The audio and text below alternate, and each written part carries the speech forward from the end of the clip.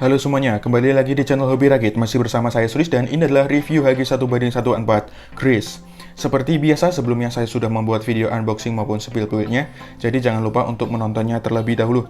Dan langsung saja kita bahas kit berikut ini. Untuk hasil rakitnya sendiri menurut saya ini solid ya, atau kokoh. Tidak ada yang loose sama sekali ketika saya goyangkan seperti ini.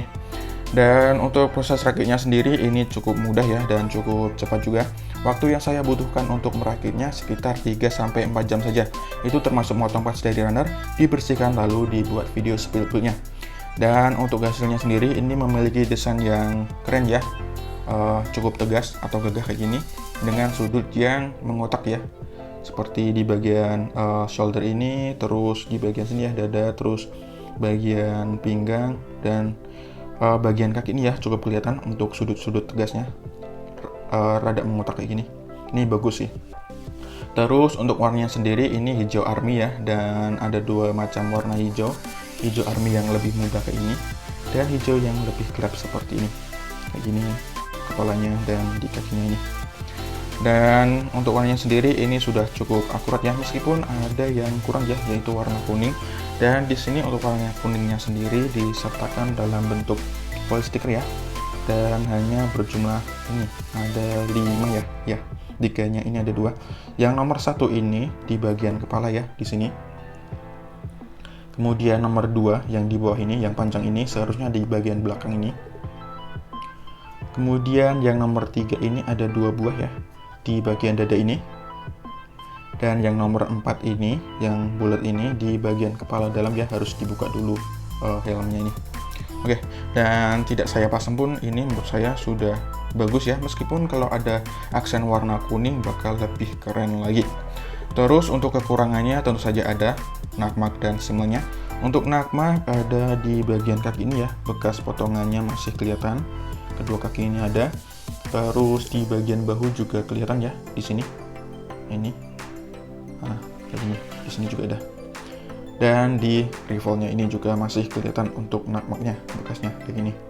Sedangkan untuk slimline ada di bagian kaki ini ya, ada 2, maksudnya di kedua kaki ada.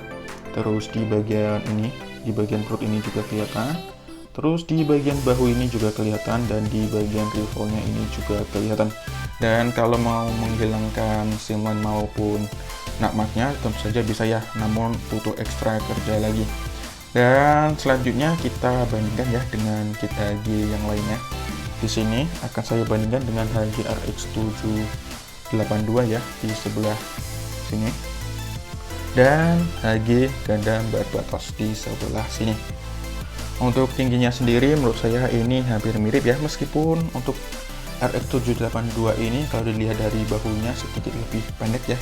Dan untuk Barbatos ini kalau dilihat dari kepalanya lebih tinggi daripada Chris. Kemudian kalau dilihat dari sisi samping kurang lebih seperti ini. Nah, kayak gini. Oke, untuk perbandingannya kurang lebih seperti itu saja ya.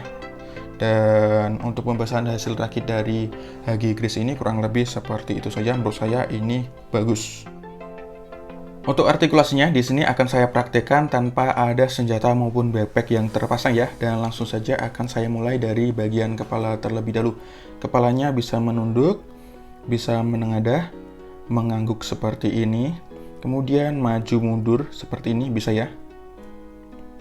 Kemudian miring seperti ini juga kayak gini bisa. Kemudian diputar 360 derajat juga bisa. Selanjutnya di bagian tangannya ini bisa diangkat sejauh ini saja ya, ini sudah mentok. Kemudian bagian sini ada join ya, kayak gini. Kemudian seperti ini. Kemudian diputar 360 derajat. Kemudian untuk shoulder armornya bisa digerakkan seperti ini. Lalu lengan atasnya bisa diputar 360 derajat. Bagian sikunya bisa ditekuk seperti ini ya, lumayan bagus. Kemudian pergelangan tangan bisa diputar 360 derajat kayak gini. Oke, cukup standar ya untuk HG. Kemudian di bagian dada dan perut ya, ada join ya di sana ya. Nah, jadi bisa digerakkan seperti ini. Terus di bagian perut ini bisa digerakkan kayak gini ya, diputar kayak gini, terus diputar 360 derajat. Sayangnya nggak bisa ya, karena ini kepentok side skirt dengan front skirt maupun back skirtnya kayak gini. Nah ini. Terus untuk side skirtnya ini ada join sendiri ya di sana ya, jadi bisa digerakkan kayak gini. Kemudian untuk bagian pinggang, front skirtnya ini seharusnya bisa digerakkan ya, namun ini cukup seret, jadi rada susah kayak gini. Nah, kayak gini ya. Nah ini bisa ya, cukup seret. Aduh, udah kayak gini. Terus back skirtnya ini fix ya, nggak bisa digerakkan. Terus bagian side skirt tadi ini masih bisa digerakkan kayak gini ya, tanpa menggerakkan bagian porosnya di tengah ini kayak gini. Terus bisa diputar kayak gini side skirtnya kayak gitu. Kemudian di bagian kaki kalau nggak salah nggak ada ya, dia fix ya, nggak bisa digerakkan di bagian selangkangannya. Untuk bagian paha bisa diputar kayak gini. Kemudian maju ini sudah mentok ya sayangnya ya. Kalau diangkat seharusnya bisa cukup jauh ya kayak gini. Ke belakang sayangnya mentok. Terus kalau ke samping bisa seperti ini. Ini bagus ya. Ini meskipun tidak bisa split yang sempurna, ini sudah bagus. Kemudian di bagian lutut ini ada dua join ya, di sini dan di sini. Jadi bisa ditekuk seperti ini. Nah, itu. Ini bagus sih. Kemudian yang selanjutnya bagian ankle ya, pergelangan kaki. Nggak salah di sini ada, oh ya benar, di sini ada join ya. Bisa kayak gini, terus bisa kayak gini. Terus muternya ini sedikit ya, karena ada bagian ini ya, nggak bisa muter 360 derajat, lumayan bagus. Terus ya cuma gitu aja kayaknya kakinya, iya benar. Terus di sini ada ankle armornya yang bisa digerakkan kayak gini, bisa sedikit muter kayak gini. Ini bagus sih. Oke, untuk artikulasi dari HG Grace kurang lebih seperti itu ya. Menurut saya ini bagus untuk artikulasinya. Ya ini bagus ya, bagus. Untuk aksesoris dan senjatanya kurang lebih seperti ini ya, dan langsung saja akan saya bahas dimulai dari sebelah kanan terlebih dahulu. Di sini ada thruster ya, yang dipasang di bagian belakang pinggang, bagian sini. Dan bentuknya ini juga cukup bagus ya, cukup tegas kayak gini. Di sini memiliki artikulasi ya, di sini ya. Keduanya ini bisa diputar kayak gini. Nah, kayak ini juga. Kemudian di sini juga ada joinnya ya, jadi bisa diputar kayak gini.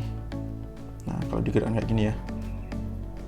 Oke, artikulasi yang bagus ya untuk thrusternya ini. Dan yang selanjutnya adalah thruster juga, namun ini dipasang di bagian punggung ya, di sebelah sini. Jadi bisa milih ya antara thruster yang ini atau thruster yang ini.